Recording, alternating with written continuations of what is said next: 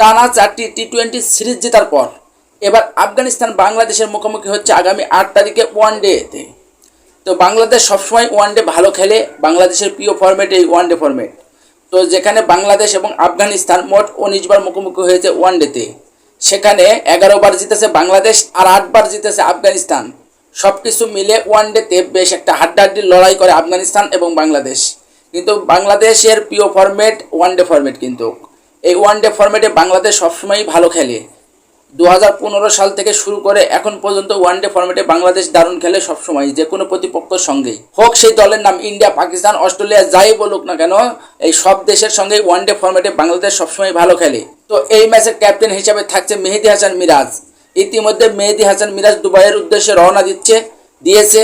তো সব কিছু মিলে আগামী 8 তারিখের এই ম্যাচে বাংলাদেশ যেভাবে হোক চাইবে আফগানিস্তানকে হারাতে।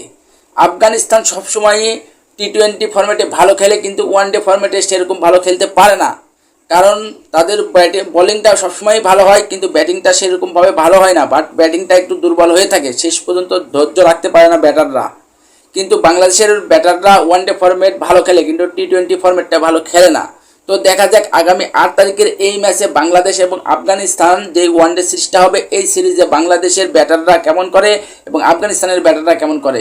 কিন্তু এই ম্যাচে যে ওয়ানডে ম্যাচটি হবে, এই ম্যাচের বোলিং যদি সেরা বোলিং ধরা হয়, তাহলে মুস্তাফিজুর রহমান বাংলাদেশের সেরা অস্ত্র, এছাড়াও তাসকিন আহমেদ। তো সব কিছু মিলে আফগানিস্তানের সেরা বোলার বলতে হলে রশিদ খানের কথা মাথায় রাখতে হবে। এই রশিদ খানের বলগুলো দেখে শুনে খেলতে হবে। তাহলে বাংলাদেশ প্রথম ইনিংসে যদি ব্যাট করে 280, 300 কাছাকাছি স্কোর যদি দাঁড় করতে পারে, তাহলে আফগানিস্তানের কুলাতে পারবে না, কোনো ব্যাটাররাই কুলাতে পারবে না। আর আফগানিস্তান 270-80 চেস করে জিততে পারে না, এটা অসম্ভব আফগানিস্তানের ব্যাটারদের কাছে। হঠাৎ একটা দুটো ম্যাচ আফগানিস্তানের ক্ষেত্রে এটা হতে পারে, কিন্তু সব ম্যাচই ধারাবাহিক, তারা অত রান করতে পারে না।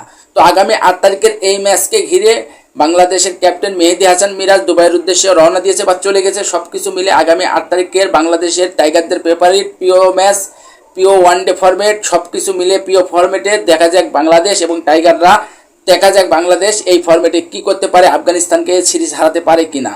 আপনার মতে কি বাংলাদেশ ওয়ানডে সিরিজ কি আফগানিস্তানকে হারাতে পারবে কিনা, তা অবশ্যই কমেন্টে জানান।